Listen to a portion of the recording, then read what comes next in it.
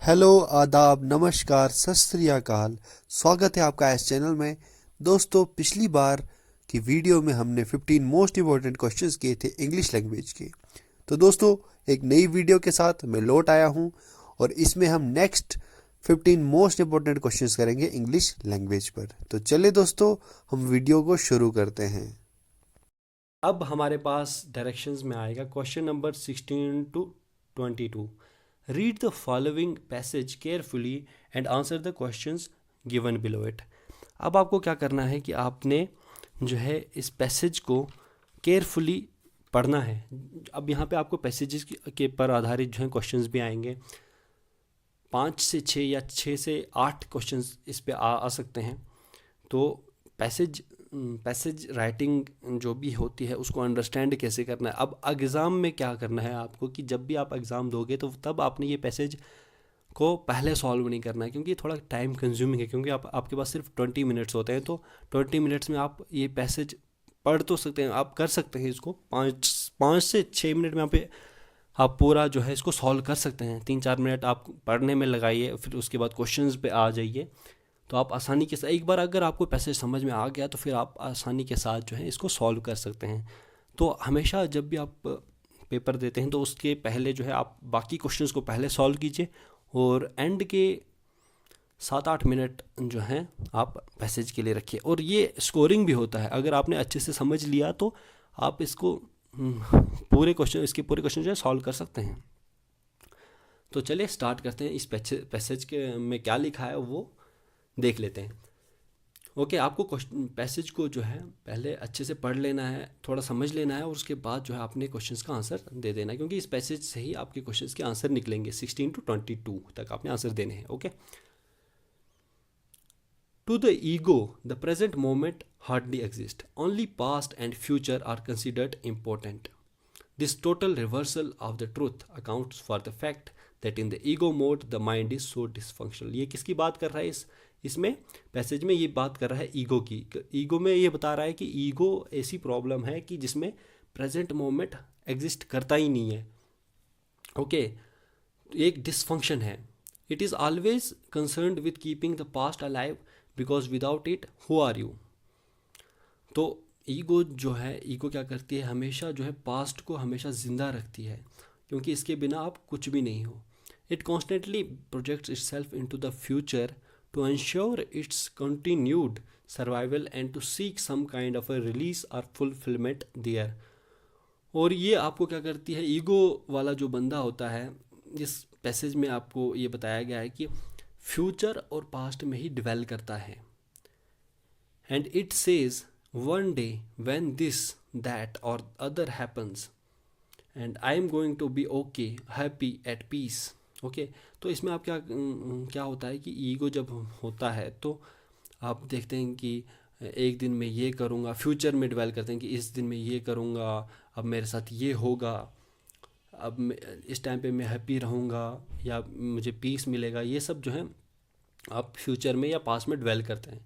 Even when the ego seems to be concerned with present, it is not the present that it sees, it misperceives. ये क्या करता है, misperceive करता है completely, because it looks at it through the eyes of the past.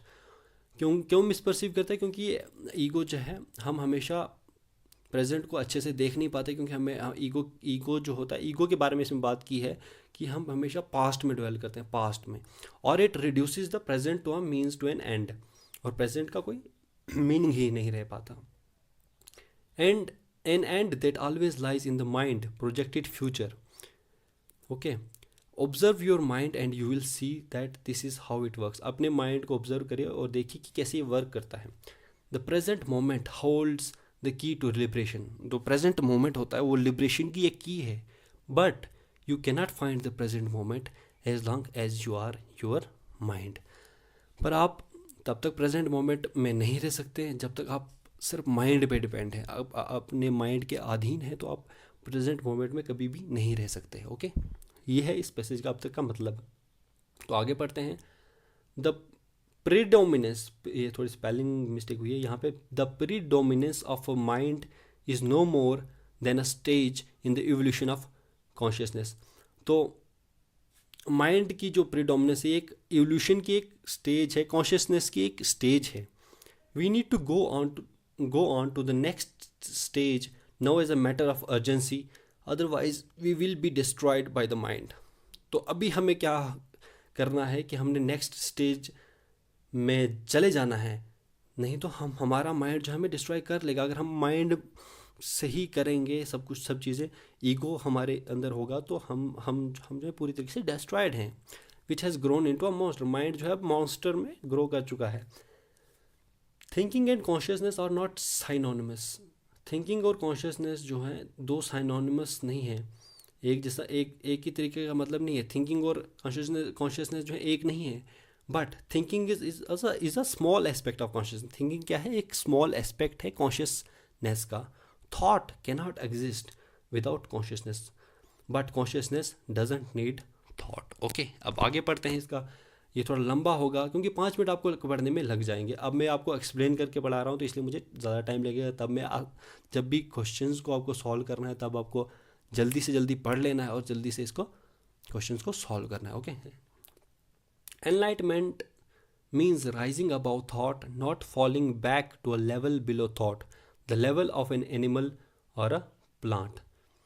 Enlightenment का क्या मतलब है? एनलाइटमेंट का मतलब बताया कि थॉट से ऊपर, मतलब थॉट तक ही सीमित नहीं रहना, थॉट से ऊपर उठना है. Not falling back to a level below thought. Thoughts से नीचे का लेवल क्या है कि वो जानवरों का लेवल होता है. Okay, you still use your thinking mind when needed, but in a much more focused and effective way than before. Enlightened state में क्या होता है कि अपने थिंकिंग माइंड को आप ज़्यादा अच्छे तरीके से यूज़ कर सकते हैं. You use it mostly for practical purposes. Practical purposes के लिए इसको यूज़ कर सकते हैं आप, but you are free of the involuntary internal dialogue. पर आप में अंदर से क्या आ रहा है वो भी जो है उसके अपने मायने हैं. And there is inner stillness. When you do use your mind, and particularly when a creative solution is needed, you oscillate every few minutes or so between thought and stillness, between mind and no mind. Mind और no mind के बीच में आपका जो है oscillate होता रहता है.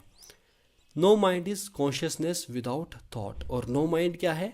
ये consciousness है बिना किसी thought के. Consciousness तो है पर आपके mind में कोई thoughts नहीं आ रहे हैं. Only in that way it is possible to think creatively, but because only in that way does thought have any real power. तो इसी तरीके से अगर नो माइंड मतलब माइंड है, माइंड सोच रहे हो आप पर कॉन्शियसनेस है पर आपके थॉट्स नहीं है, तो ये जो है एक क्रिएटिविटी के लिए बहुत अच्छा टूल है. Thought alone when it is no longer connected with the much vaster realm of consciousness quickly become barren, insane and destructive. और थॉट अगर अकेला होगा, उसमें कोई कॉन्शियसनेस नहीं होगी उस बंदे में, तो उसका ब्रेन जो है बैरन हो जाएगा, बिल्कुल इनसेन और डिस्ट्रक्टिव हो जाएगा वो बंदा.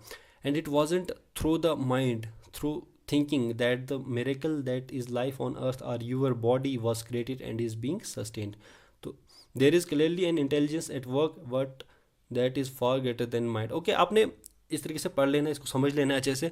तो अब मैं इससे क्वेश्चंस को सॉल्व करने की कोशिश करता हूँ. सो पहला क्वेश्चन हमारे पास क्या है? According to the passage mind is important only in that.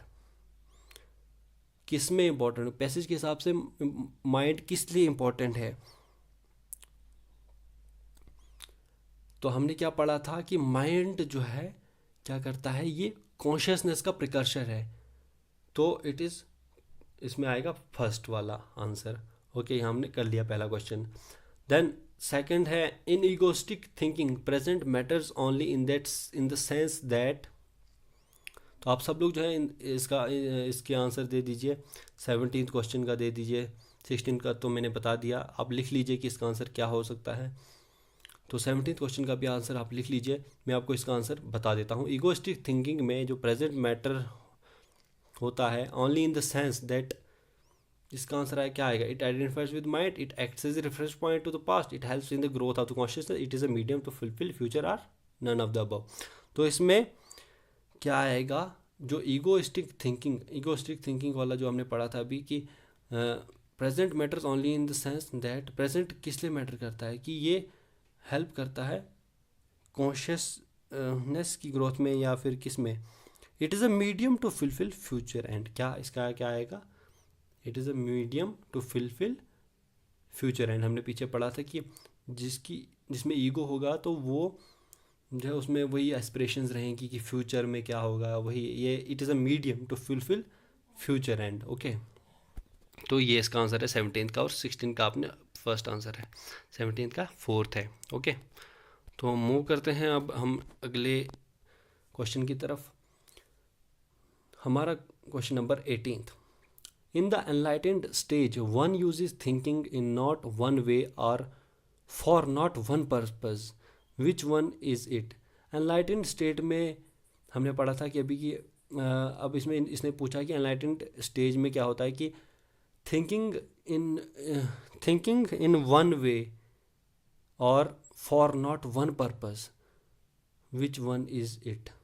तो इसमें कौन सा आएगा कि थिंकिंग एक वे में नहीं रखनी है या एक पर्पस के लिए नहीं रखनी, एनलाइटेंड स्टेज में ये कहा जाता है, तो कौन सा इसमें सही है? तो इसमें जो है it works hand in hand with no thinking, ये भी नहीं है. It feeds no on consciousness, नहीं. इसका आंसर आप लिख लीजिए अगर आप जो इसका आंसर देख रहे हैं कि आपके हिसाब से क्या है पैसेज को पढ़ के. तो इसका it's diffusive quality and it becomes a way to serve practical. No.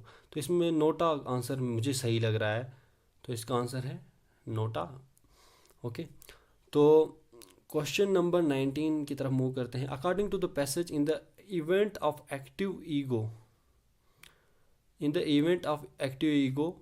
Active ego में क्या क्या क्या हो सकता है? प्रेजेंट टेक्स सेंटर स्टेज, या past becomes predominant, one living in the present plans for the future, या फिर mind and consciousness both become dormant, और पांचवा जो है नन ऑफ द अबव. तो जो पैसेज के हिसाब से जो है एक्टिव ईगो का क्या मतलब होता है? हमने अभी पढ़ा था कि वो पास्ट में ड्वेल करता है. क्या करता है? पास्ट में ड्वेल करता है, यानी कि पास्ट जो इसमें प्रीडोमिनेंट होता है, यानी कि इसका आंसर जो है सेकंड आएगा. तो ओके, तो मुझे लगता है कि आई होप कि आपने इसका आंसर दे दिया होगा और सही दिया होगा. तो नेक्स्ट क्वेश्चन की तरफ मूव करते हैं हम. क्वेश्चन नंबर 20 की तरफ हम मूव करते हैं. क्वेश्चन नंबर 20 में बताया है, अब ये क्वेश्चंस जो हैं पैसेज के हिसाब से ही दिए हैं कि which of the following information is not true according to. Passage के हिसाब से कौन सी इन्फॉर्मेशन गलत है, यानी कि सही नहीं है? पहला है कॉटेस in mind there is a reversal of the fact. नहीं, ये तो सही बात है, क्योंकि हमने पहले पढ़ा था कि जो माइंड जो है वो रिवर्स करता है अपनी थिंकिंग को, जब जो ईगोइस्टिक माइंड होता है. तो ये वाला पहला वाला तो सही है. Second, thinking is no way connected with conscious. Thinking is no way connected with conscious, नहीं. हमने तो पढ़ा था कि थिंकिंग जो है एक स्मॉल पार्ट होता है कॉन्शियसनेस का. तो ये वाला जो है यहाँ पे ये वाला गलत है. तो यहाँ पे सेकंड वाला जो ये गलत है. देन हम 21st क्वेश्चन की तरफ मूव करते हैं. 21st क्वेश्चन में पूछा गया है कि which of the following is the most suitable title of the passage. तो आप भी दे दीजिए अपना कोई आंसर जो है अपनी कॉपी पे लिख लीजिए. तो क्योंकि पैसेज का टाइटल जो है थिंकिंग के बारे में है, तो इसको हम लिखेंगे, इसका आंसर रहेगा हमारा 5th one, stop thinking. Okay, तो अगले क्वेश्चन की तरफ मूव करते हैं. क्वेश्चन नंबर 22 की तरफ. Find the most appropriate synonym to misperceives as used in the passage. Misperceive का साइनोनियम यानी कि सेम मीनिंग वाला मतलब कौन सा होता है? वो होता है मिसपरसीव मतलब मिसअंडरस्टूड. तो पहला वाला. ओके, तो पहला वाला इसका आंसर है. ओके, तो ये हो गया. तो हमने ये तो कर लिया. तो अब हम नेक्स्ट की तरफ मूव करते हैं, नेक्स्ट स्लाइड की तरफ मूव करते हैं, और अब हम जानेंगे क्वेश्चन नंबर 23 से 30 तक के आंसर्स क्या होंगे. तो आप सबसे पहले क्या कीजिए कि 23 से लेकर 26 तक जो आपको दिख रहे हैं, इनका आंसर आप अपनी कॉपी पे लिख लीजिए वीडियो को पॉज करके.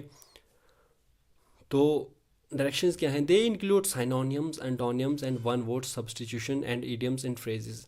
और 23 से लेकर 30 क्वेश्चन जो हैं इसमें क्या क्या इंक्लूड होगा?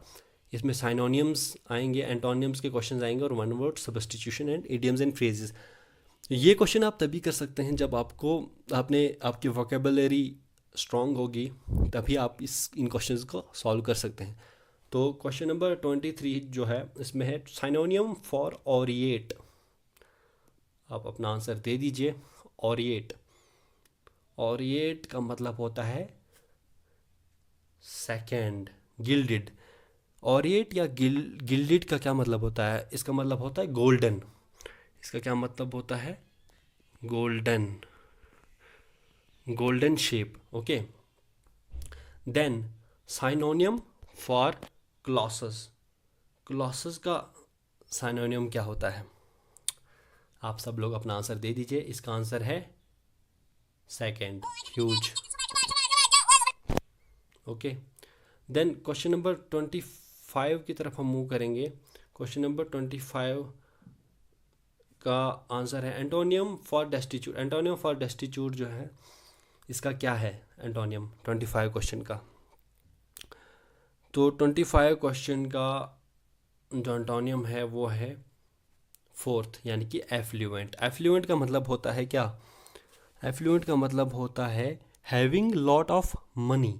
जिसके पास बहुत ज़्यादा पैसा होता है उसको हम डेस्टिट्यूट या एफ्लुएंट कहते हैं। ओके, देन हम मूव करते हैं नेक्स्ट क्वेश्चन की तरफ। नेक्स्ट क्वेश्चन है 26, जिसमें आएगा एंटोनियम ऑफ बर्ग्योनिंग। बर्ग्योनिंग का एंटोनियम क्या है? बर्ग्योनिंग का एंटोनियम आप लिख लीजिए आंसर इसका।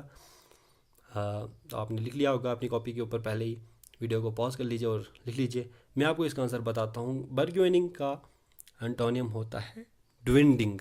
ड्विंडिंग या बर्ग्योनिंग, ड्विंडिंग या बर्ग्योनिंग का मतलब होता है कि टू बिकम वीकर।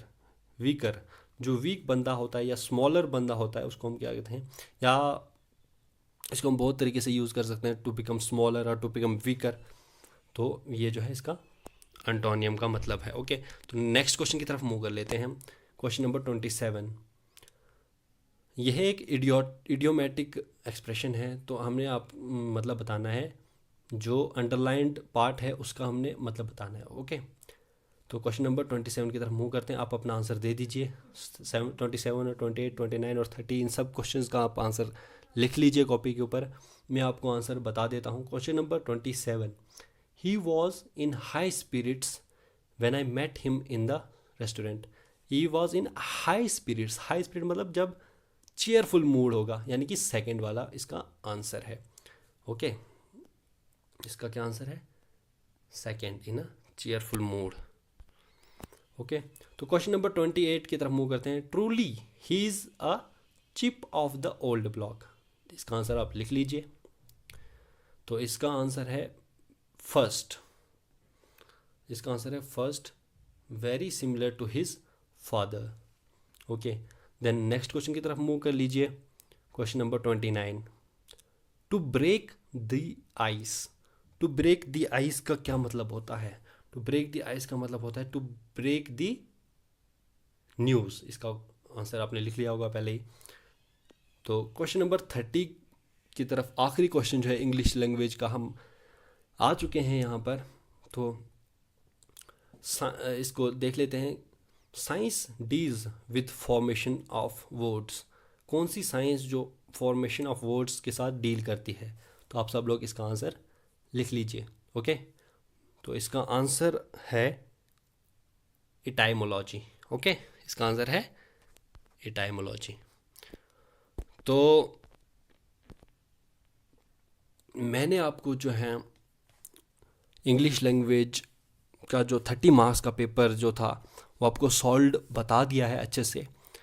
तो अब आप थोड़ा 5-10 सेकंड का रेस्ट ले सकते हैं और इस वीडियो को आप लाइक कर लीजिए और वीडियो को शेयर कर लीजिए अपने फ्रेंड्स के साथ। जो एस्पिरेंट्स हैं J&K बैंक पीओ और PA के, उनको शेयर कर लीजिए और चैनल को सब्सक्राइब कर लेना। ओके, तो ये 3 चीज़ें आपने करनी है, लाइक करना है, शेयर करना है और सब्सक्राइब करना है। तो चलिए अब हम मूव करते हैं अपनी नेक्स्ट सेक्शन की तरफ, यानी कि क्वांटिटेटिव एप्टीट्यूड की तरफ। ओके।